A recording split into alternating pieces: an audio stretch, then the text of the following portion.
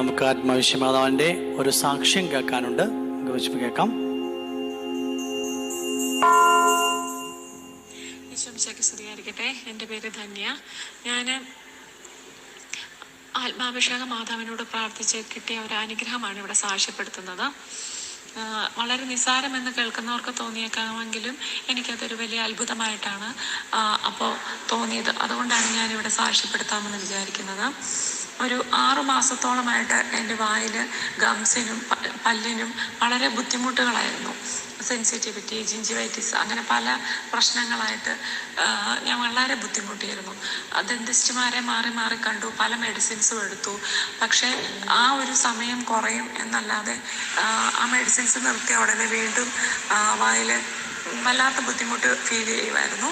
ഒന്നും കഴിക്കാനോ ഒരു വെള്ളം പോലും പല്ലേൽ സെൻസിറ്റിവിറ്റി കാരണം നമുക്ക് കുടിക്കാൻ പറ്റാത്ത ഒരവസ്ഥയായിരുന്നു.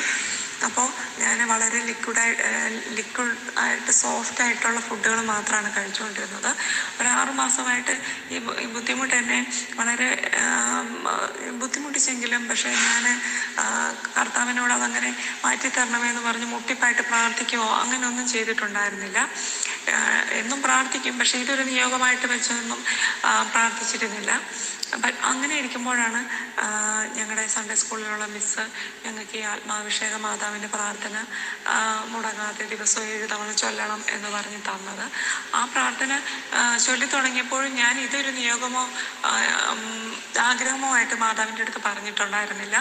പക്ഷേ ഈ പ്രാർത്ഥന ചൊല്ലി ഒരു 2 ആഴ്ച കഴിഞ്ഞപ്പോൾ ഒരു ദിവസം ഇത് ചൊല്ലിക്കൊണ്ടിരുന്നപ്പോൾ എനിക്ക് വായിന്ന് വല്ലാത്ത ബ്ലീഡിങ്ങും നല്ല വേദനയെല്ലാം അനുഭവപ്പെട്ട് ഞാൻ മാതാവിനോട് കരഞ്ഞ് ആ സമയം പ്രാർത്ഥിക്കുകയുണ്ടായി.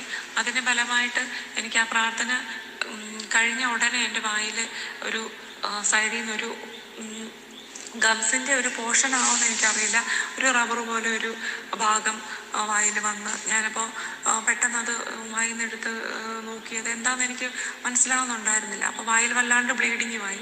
അന്നേരം എൻ്റെ ഹസ്ബൻഡിനെയും കാണിച്ചു. അപ്പോൾ ടീത്താണോ എന്നൊക്കെ പുള്ളിയും സംസാരിച്ചു. പക്ഷേ അത് എന്തോ ഒരു ചെറിയൊരു ബോൾ പോലെ ഒരു അത് പിന്നെ കളഞ്ഞ് പിന്നെ ഞാൻ കുറച്ച് ഉപ്പുവെള്ളമൊക്കെ എടുത്ത് ഗാർഗിൾ ചെയ്ത് അങ്ങനെ അങ്ങ് പോയി.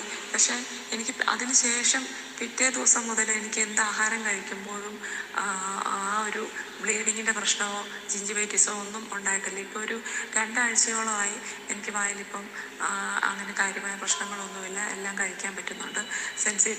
സെൻസിറ്റിവിറ്റിയും കുറയുന്നുണ്ട്.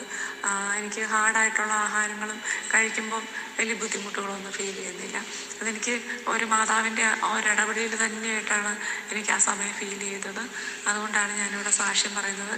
കേൾക്കുന്നവർക്ക് ഇതൊരു നിസ്സാര കാര്യമായിട്ടായിരിക്കും തോന്നുന്നത്, പക്ഷേ ഇതെൻ്റെ ജീവിതത്തിൽ ഒരു അത്ഭുതമായിട്ട് എനിക്ക് ഫീൽ ചെയ്തതുകൊണ്ടാണ് ഞാൻ സാക്ഷ്യപ്പെടുത്തുന്നത്.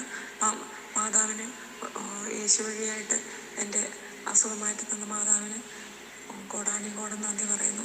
യേശുവെ നന്ദി, യേശുവെ സ്തുതി. ഹല്ലേലൂയ. കണ്ണടച്ച് പ്രാർത്ഥിക്കാം. 6 മാസമായിട്ട് ഭക്ഷണം കഴിക്കുമ്പോൾ ശക്തമായിട്ടുള്ള ഛർദി, ഒപ്പം തന്നെ ബ്ലഡും വരും. അങ്ങനെ ഡോക്ടർമാരെ കാണിച്ചു, കുറവൊന്നുമില്ല. പക്ഷേ ആത്മാഭിഷേകമാതാവിൻ്റെ പ്രാർത്ഥന ചൊല്ലി കഴിഞ്ഞപ്പോൾ 2 ആഴ്ചയായിട്ട് ഛർദിയുമില്ല, ബ്ലഡും വരുന്നില്ല, സുഖമായിട്ട് ഭക്ഷണം കഴിക്കാനായിട്ട് സാധിക്കുന്നുണ്ട്. നമുക്ക് ഒരിക്കൽ കൂടി കരങ്ങളടിച്ച് സംരക്ഷണം നന്ദി പറഞ്ഞ് നമുക്ക് പ്രത്യേകമായിട്ടും പ്രാർത്ഥിക്കാം. എറണാകുളത്തു നിന്നാണ് ഈ സാക്ഷ്യം. ധന്യ എന്ന് പറഞ്ഞ ഒരു ചേച്ചിയാണ് ഇത് സാക്ഷ്യപ്പെടുത്തിയിരിക്കുന്നത്. നമുക്ക് ഈശോയുടെ കരങ്ങളിലേക്ക് എഴുന്നേറ്റ് കൊണ്ട് ആത്മാഭിഷേക മാതാവിൻ്റെ പ്രാർത്ഥന ചൊല്ലി പ്രാർത്ഥിക്കാം.